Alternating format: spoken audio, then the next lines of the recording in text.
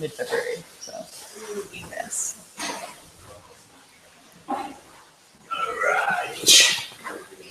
This looks like a little bit intimidating. So the way I set it up myself. We're signing up. This is one of the cartoon analysts. I'm surprised. I told you it'd be a no-show rate of about 50%. Yeah. That's pretty good. I think you've got maybe It's not. 18, It's 20. maybe 70%. Yeah.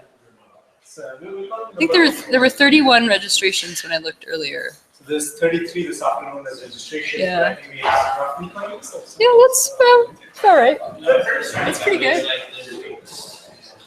So that was till yesterday. I think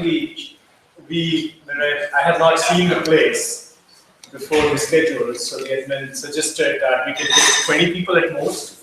It's big enough. We can actually, I think, get 80 people here, but he suggested 20, so I capped it at 20, and then I increased to 30, thinking there'll be a no show.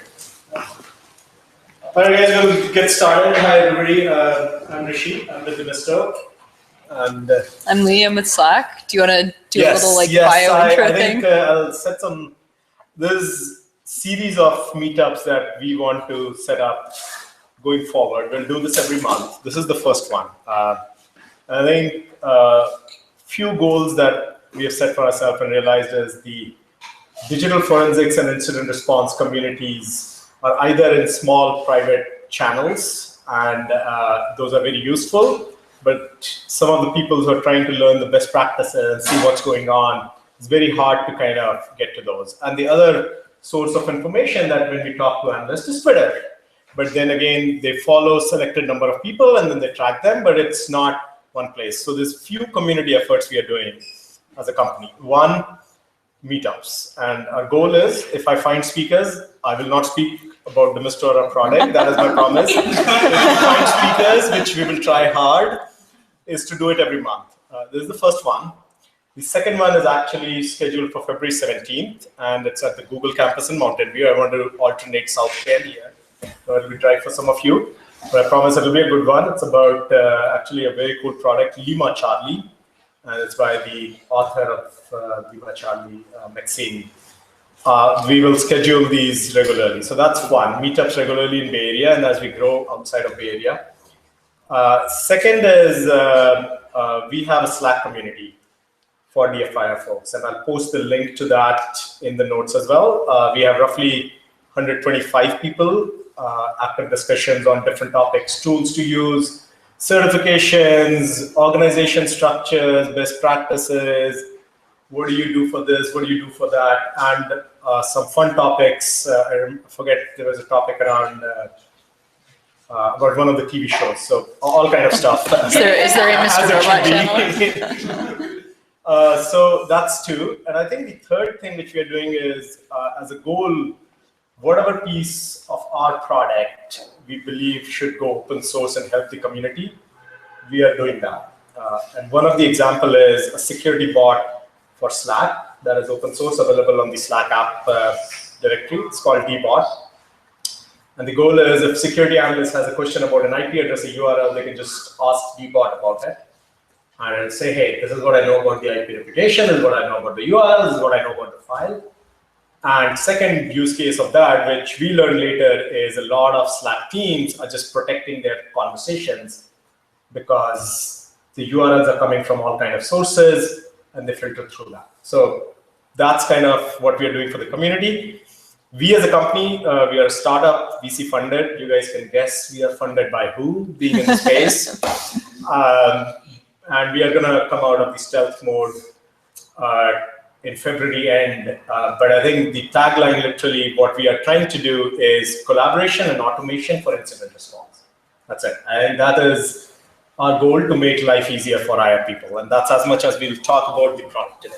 So, Sounds good. Lee, you want to introduce yourself? Yeah, a little bit so more? I know a lot of people in the room, but for those who don't know me, my name's Lee Honeywell. I'm currently a senior staff security engineer at Slack. We're up on the wall there.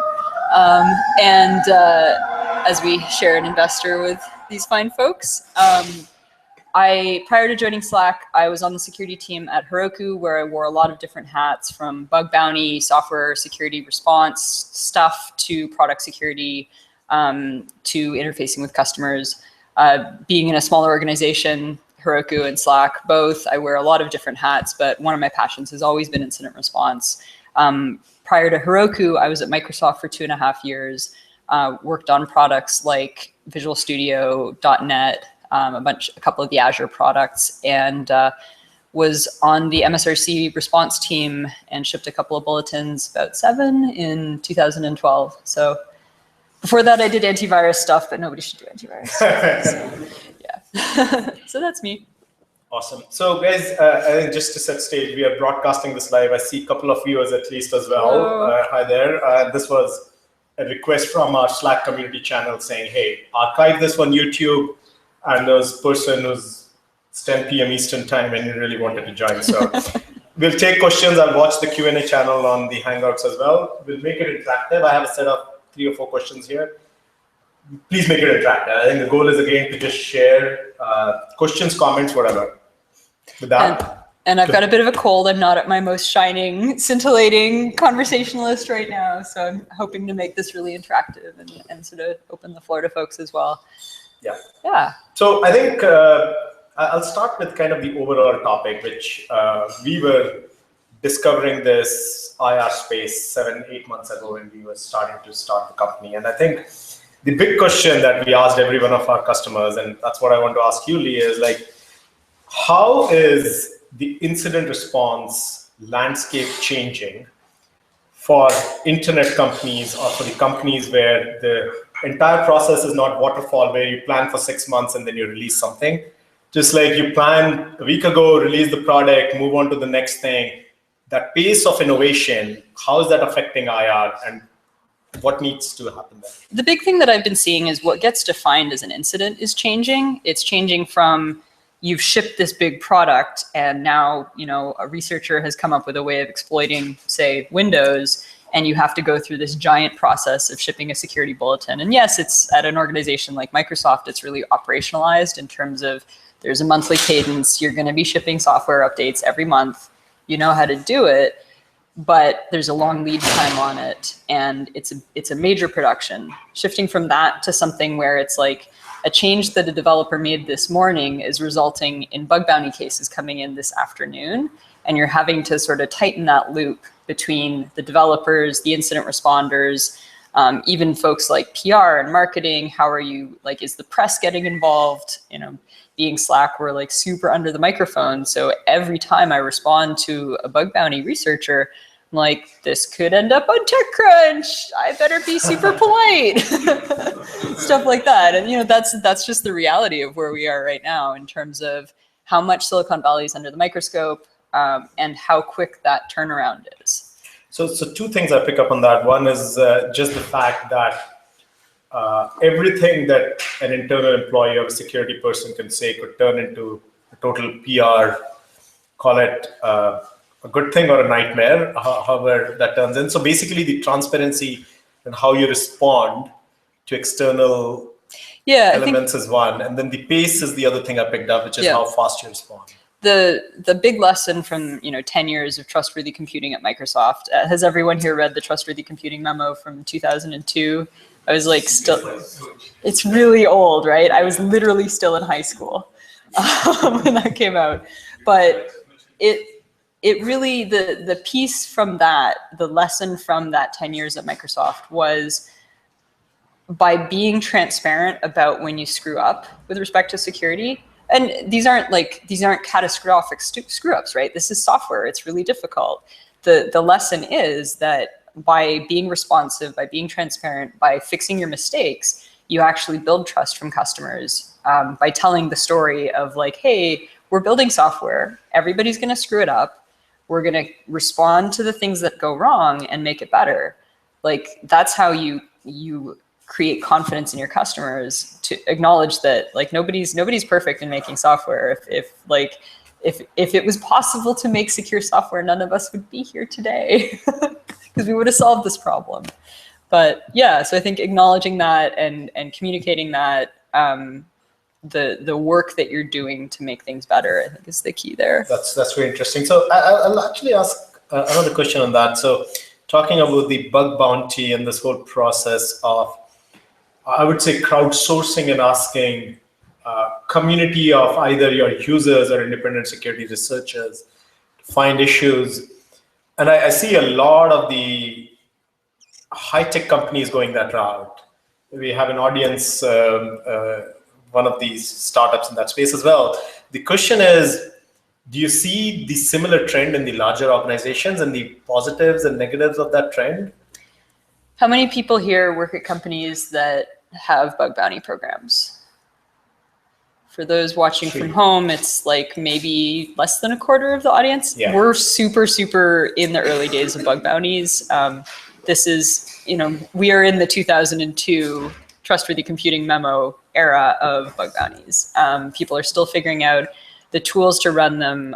Even so, having used both like the BugCrowd and HackerOne platforms over the years, I've seen both platforms like evolve dramatically.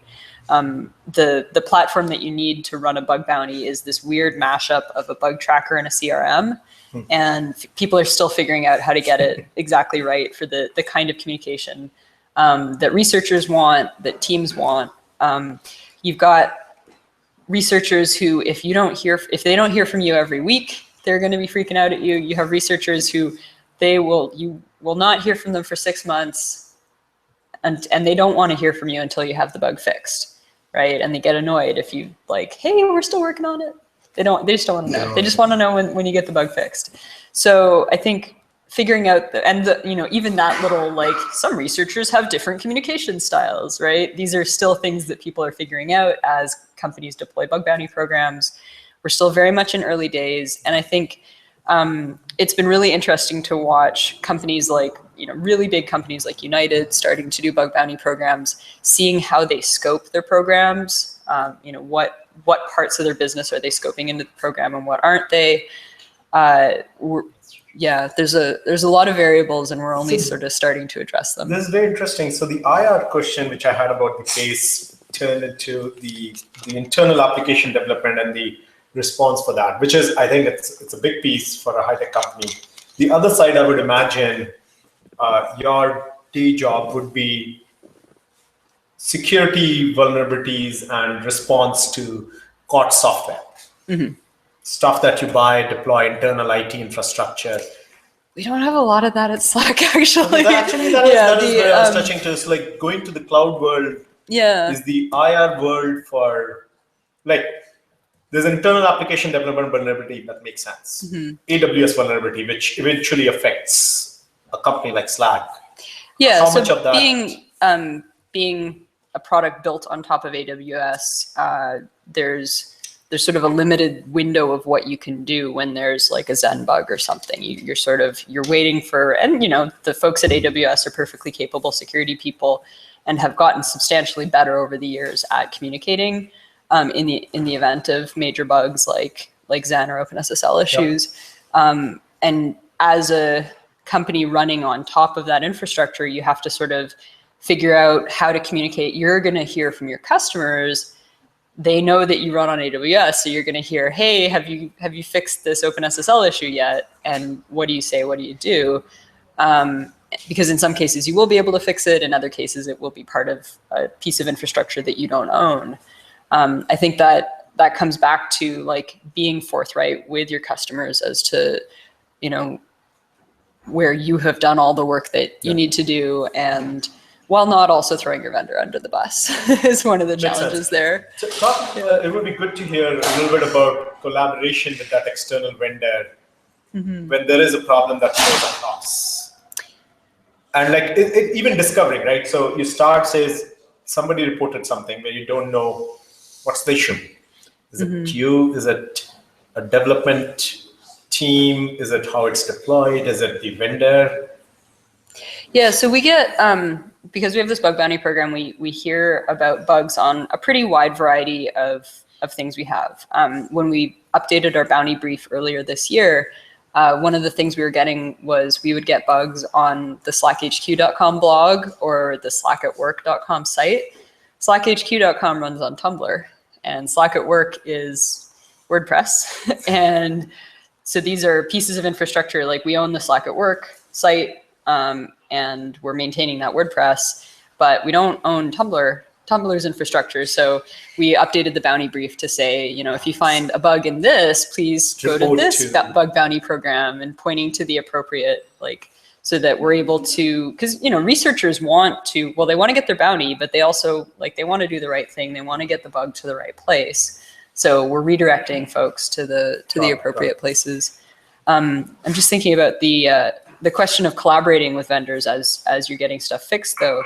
One of the things that I've seen a lot of folks doing when you're working with third parties like that is, whether it's like a public channel in HipChat or single user guests in Slack, when we're working, when we're doing a pen test, so we have a third party vendor coming in and doing, whether it's network or source code, like hybrid analysis, hybrid assessments, we'll set up a channel that's like security-pentest-vendor name.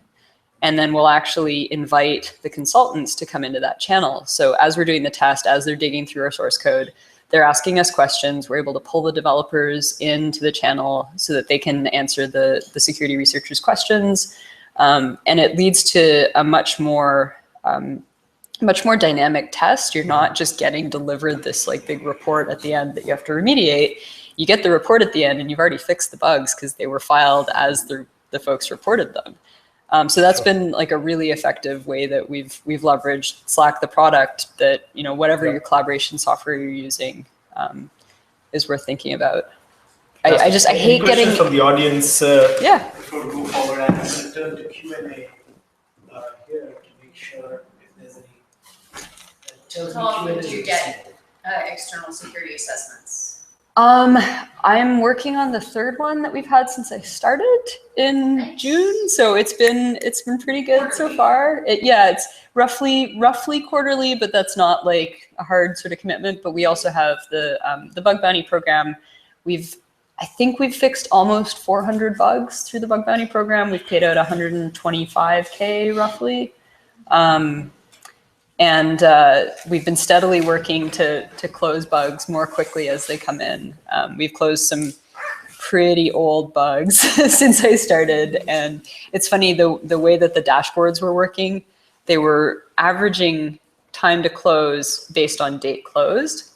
So when you got those really old bugs closed, it would look like you were making things worse. But it was actually, analytics, it's actually kind of difficult. I'm glad I failed stats 4 times. I'm glad that there are people that are better at this than me, but even I knew that stat was not right. So note to the viewers online, guys, I apologize. It feels stupid, but I don't know how to enable the Q&A on Hangouts. Oh no. So I did mention earlier, Hangouts on air. I need to do it before? You got to do it before then. Okay, never mind. So I did mention you can tweet at Demisto Inc. at Demisto Inc. and we'll watch the Twitter channel. So I can request you to watch the Twitter channel. This Q&A, we'll go through those. Any other questions? Yes. Anything on on-prem deployment stuff, I know that Slack is doing some testing of on-prem. Are you building appliances? Are you doing package installs for it? And if you're doing appliances, how do you get So we have no specific. So can I quickly repeat the question for the recording? Sure. So the question was from Tom. How do you handle the on-premise deployment issues, security related from upstream vendors and others if you do software appliances? So I think the question was specifically about is Slack going to do on-prem? Was that it, or? Maybe that's releasing privilege information. We actually have no specific plans to do on-prem. That's the thing I can say. So maybe from your experience, what do you think or recommend for people with on-premise software deployment and handling their, I don't know, thoughts, or if anybody else has thoughts? Yeah. So when we've been looking at vendor products, we treat our AWS cloud as our on-prem. We have a couple of different AWSs, and I think that's it's just coming down to your threat model, right? Are you wanting to what is it that you're trying to protect by having the product be on-prem? So for us, we definitely use some hosted services. Our payroll or whatever is going to be a hosted service. Partly in terms of scale, where we are as a company, there's some stuff that it doesn't make sense for us to maintain ourselves. But we are also like, because of the sensitivity of the data that we're hosting for other people, there's only so many things that it's appropriate to have be non-hosted products. So for us, as Slack, Slack itself is only a hosted product. It's not, there's no on-prem version. But we also, so we're comfortable putting like, employees' data in hosted services once we've done a security assessment of them and all that. But it's a tricky, I think there's no sort of silver bullet in deciding if something is going to be something you want to have on-prem versus hosted. It all comes down to like looking at the sensitivity of the data that you're putting in it, I think. And of course the like regulatory regimes you have to abide by and all that. And that's just going to be a deal breaker for some folks, right? Like some folks have to comply with FISMA or whatever. They probably shouldn't use Slack right now. Yeah. Sorry. Yes. I have lots more questions if nobody else. Yes. Sure. So what, do you folks use any specific software to track your security incidents? Do you try to portion those off from regular bugs or? So let's see. We have a workflow that You involves. stole my question. That's good. I like that you have an interest in that. I actually took a lot of the stuff that was in my head about this and sat down with one of my teammates, and we just sort of dumped this into a Google Doc a couple days ago. And a lot of our workflow involves Slack channels, various like public versus private Slack channels. When do you, and this is one of the sort of classic questions of incident commanding in general, is like, how do you mediate the flow of information, right? When do you pull in stakeholders versus just tell a stakeholder to do something? And in terms of how we use Slack for that workflow, often it's going to be like standing up a private channel, having that private channel, inviting the appropriate people that, whether it's one person from each team or several people that own a particular feature that is under investigation or whatever, DMing people appropriately versus just interacting. So the way we sort of structure our team channels is that every feature has both a team channel and a triage channel. So our customer support folks, if they have a security question, they come into triage-security. If they have a question about the two-factor authentication stuff, they'll go into triage-2FA. And there'll always be someone from each engineering team on a rotation to be in that triage channel, because Slack we have a really large customer support team, customer experience team. And so being able to filter those questions into someone so that the whole team isn't getting randomized with questions all the time. That's where the like triage channel thing has evolved from. So during an incident, based on the context of the incident, we'll make the determination to go into the triage channel or to DM a developer directly. So let me further elaborate on that. So from what you said, just to summarize it, let's say there's an incident, there's a private channel created for that. Mm-hmm. You invite the right folks, either from the engineering or other teams, whoever can help solve that. But is that it, or is there a tracking of what's the status? Where do we report? Did we do all of that as a process piece as well, in addition to this whole communication in one place? And what's your retention on that Slack channel? What's the retention on Slack channel? What happens archives? Yeah. So we've been rejigging this process a little bit, like literally this week. Awesome. The timing was good in terms of when we were working on it. We use pinned items a lot. So there's now that there's like multi-person editable posts, it's just a post that gets updated as the incident goes, potentially with like snapshots at different times based on like, here's the state at midnight, here's the state at 2 a.m. We're not using a sort of dashboardy system. There's a lot of sort of metadata stuff that people have developed within Slack. So whether it's like using a different color of circle emoji to denote the severity of an issue, or making sure to tag posts with keywords so that they're more easily searchable. There's a pretty rich internal language of conventions like that. And it's typically people are sort of, you get into the habit of when you go into a team's channel, you look at the pinned items and they'll often be like, here's how to engage with the legal team. Here's a template for legal requests. So when I have to like, do a vendor sourcing contract thing, I'll just copy and paste, and I have to fill out like, all right, this is white circle because it needs to be 3 to 5 business days, versus like red circle is less than 3 business days, stuff like that. So you develop a sort of language, and it's also about like meeting people where they are in terms of the language that your engineers are already using, the language that your support folks are already using. Yeah. Any other follow-up questions? I think I have a lot of follow-up on that, because it's actually very interesting that whole process done in an internal language is interesting. Any questions? So do you folks end up doing any kind of after-action reports? We have a culture of doing postmortems, or I prefer retrospectives. Postmortem is so morbid. Yeah. Like nobody died. Hopefully, like just call it a retrospective. Everything is fine. But doing that like root cause analysis. Has anybody seen the show Air Crash Investigation? It's on Netflix. It's the best. It's Canadian.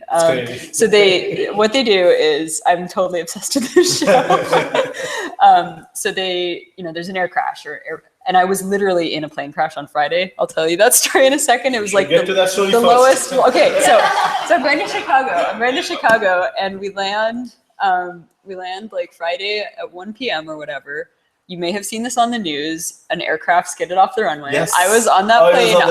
I got to fulfill my lifelong dream of live tweeting an airplane incident. It's totally on my bucket list. So what happened was, like, we landed and it seemed like nothing had gone wrong. And then the pilot was like, yeah, so we just like low key skidded off the runway. No big deal. Everything's fine. We're just gonna have to wait for them to come get us though. And I look out the window and there's like dirt. We were not on the runway. And everyone was like, oh, okay, that just happened. So the thing I'm looking forward to, and so they like the truck with the stairs on it. We didn't get to take the slide. I was very disappointed. Oh yeah, I know. The orange jackets. There were no slides. There's like a truck that had stairs on it that came, and we all got bussed over to the terminal. We were very clearly instructed to leave the plane without our carry-ons. So I'm like frantically grabbing my medication out of my bag. I'm like, even if I lose all my other stuff, at least I'll be fine. So we get to the terminal, wait around about an hour for our stuff, and it was no big deal. Everyone was super like calm and professional, while at the same time they were like incident commanding, right? They were they're like firefighters were lining the stair truck, and they were like, okay, everybody be safe. Like they were determined that no one was going to get injured. And it was really interesting because it was, having been a fan of this TV show where they do these like investigations and reenactments of airplane incidents, I was like, oh yeah, they're making us leave all our stuff here because of this incident where there was a stampede leaving the plane and a bunch of people died. So they make you leave. That's why they make you keep the aisles clear, right? Like all of these things, all of these safety procedures, they're because of a thing that actually happened. Yeah, exactly. So it was super interesting to see all of these professionals who are like, I have been training for this, for like a super minor incident, but they're still like doing all the stuff that they've been training to do. So so I'm looking forward to reading the NTSB report where they will undoubtedly find some mechanical flaw with the brakes that led to the brakes not working.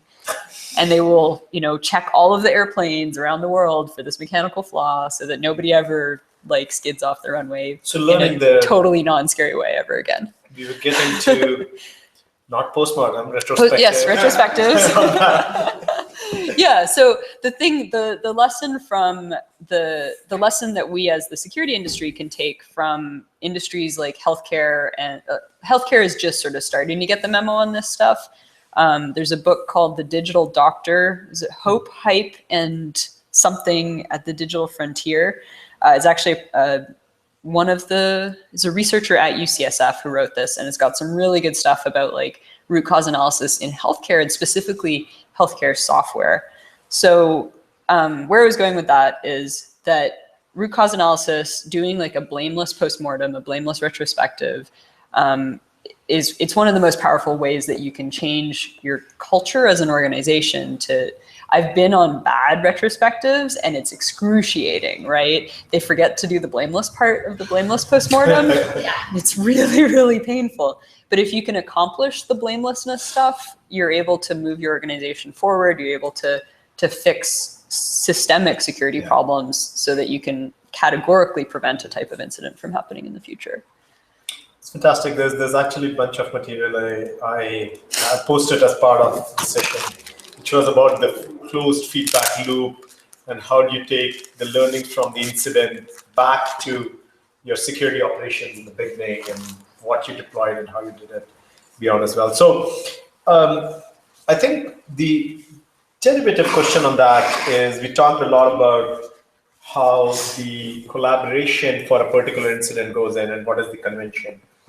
And there's a lot of talk, and again, I think there's enough public talk about bots and how bots could be useful, and Slack being a big proponent of building bots to automate pieces. The question is, where, if any, do you guys rely on bots for security workflows and automation as part of this incident flow that you talked? So are there places where you do use internal developed script automation bots, whatever you want to call it, and give us whatever you can share? So we have a really cool bot that my colleague Ryan developed called Security Bot. The thing that it does is it when somebody can man a server, if it's a command that's potentially dodgy, that's probably fine, potentially indicate that triggers various rules. It will security bot VM that person, and that person will have to acknowledge the bot message with a YubiKey press. So you're requiring a physical token press to acknowledge a specific command that you run on the server. So that's for like securing the for command running. Yeah, it's pretty badass. And there's a whole workflow around commands that are like higher risk that could potentially indicate insider activity. Those are the person who ran the command will both receive a message, but it'll also be pasted in a public channel, and they have to like publicly acknowledge it. So it's interesting having that like visibility into what's going on in the infrastructure, and we're sort of constantly monitoring that to see what's a noisy alert, what's a useful alert, and tuning it.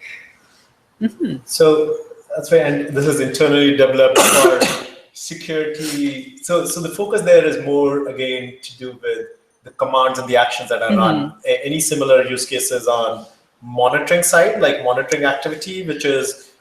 Yeah, so we have a lot of different monitoring.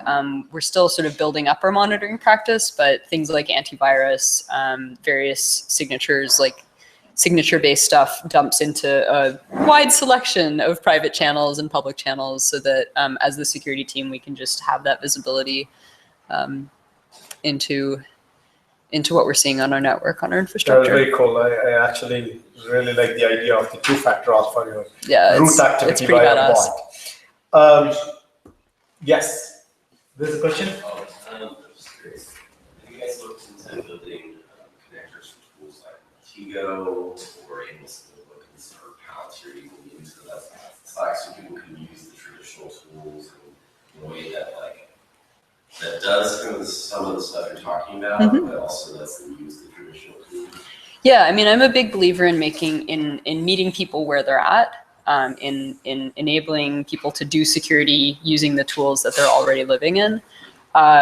We haven't worked specifically on integrations around any of those, but the platform is there, and I would love to see community stuff happening there. So we'll talk. That's and I'm sure she's got some stuff to say about that stuff too. Products tying into collaboration. Yeah. But I think the bottom line, the reason why I believe there is a big space here, and again, more to be done, is everything that you do in security world today is either manual, and if it is not manual, it's one-off script written by one user for one use case, which never gets shared ever again at all. I think we've seen this in so many tools. Even if you just look for simple IR tools, there's 5 of each of those tools, right? And they have one specific use case. Just the sharing across the community and automation is missing. So definitely. Let's talk about what do you think, and maybe we kind of hinted towards the bot thing. an automation thing, but spaces or areas that you think IR practitioners or security companies looking at the IR space need to work hard on because they're just hard, or they are in the previous 10 years back compared to IT and DevOps and other spaces? So speaking mainly to the like, how do you pull a thread in an incident when you're looking? How do you do digging? How do you look through indicators in a live incident? I think the big piece that's missing, and I think this applies to a lot of different places in security, but it's as if we managed to get to 2016 without hiring any user interface designers, like categorically as a field. I think that's really problematic. So maybe we could all try and hire some user interface designers. I think it's just the sort of human factors, ability to get work done. Many of us are coming from like a command line background where you're expected to know an arcane query language to use any of the tools. But in many other fields, there's equally complex data sets where you're doing equally complex investigations, and tools have been built. And I think of Palantir as one where there's like, you're able to have a user who's not technologically sophisticated, who's using the tool. And obviously, like, security incident response is always going to be a like relatively technologically sophisticated job, like, or maybe we'll all be out of a job in 5 years. That I would actually be totally okay with that. I'd rather go like write poetry, but yeah. So maybe we will just solve security in 5 years. That'd be pretty cool.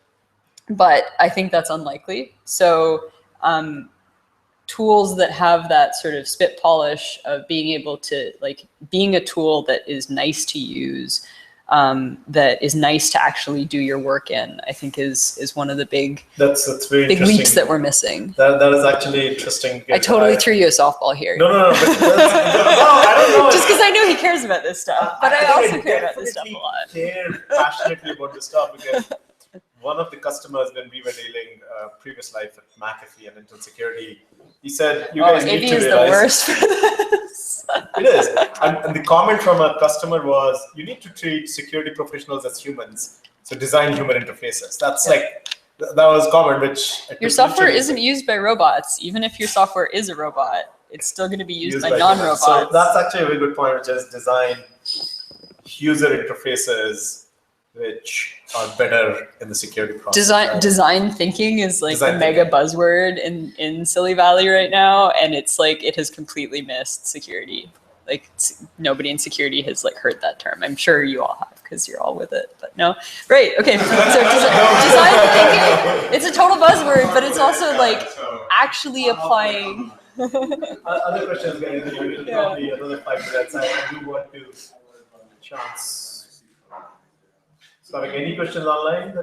Yes, please. Sure. So the bug bounty program. Yes. Have your researchers caused any incidents that you've had to respond to, and how do you deal with that? I think there's always a continual process of like educating researchers about appropriate versus not appropriate poking at things. I think if you have a look at our bounty brief, it's written in very careful language to be very specific about like what is kosher and what isn't. I think being super clear about what your boundaries are makes it easier for people to follow them. I'm trying to think of like a specific story I can tell about that, because not all bugs are public. But yeah, just one of the things we've seen a couple of times is where a researcher has disclosed something to us, and this is partly like our internal maturity as an organization that we're still sort of figuring out. And a researcher discloses like a pretty cool client-side bug to us at 8 p.m. on Friday night. Do we page everybody to push out a client update at 8 p.m. on Friday night? Friendly researcher, they're not about to write a blog post on it. Like maybe, we did page everybody, but maybe you don't need to page everybody. And it's been a fascinating contrast to go from, here's Windows 0 day that we're taking 3 months to fix or 6 months to fix because there's this testing, the level of application compatibility testing that goes into a Windows security patch. It's like, it would blow your mind. Like it blew my mind when I dealt with this. It's like, Microsoft Money 97, you check against that? Like you check if that's... Yeah, so... Even Microsoft doesn't. And so that is part of the difference. That is why we're able to respond more quickly, push out a client-side update much more quickly, is we don't have that legacy. We don't have to be compatible with Money 97, but we still don't want to break someone who's running 2 or 3 year old OS X or 2 or 3 year old Windows.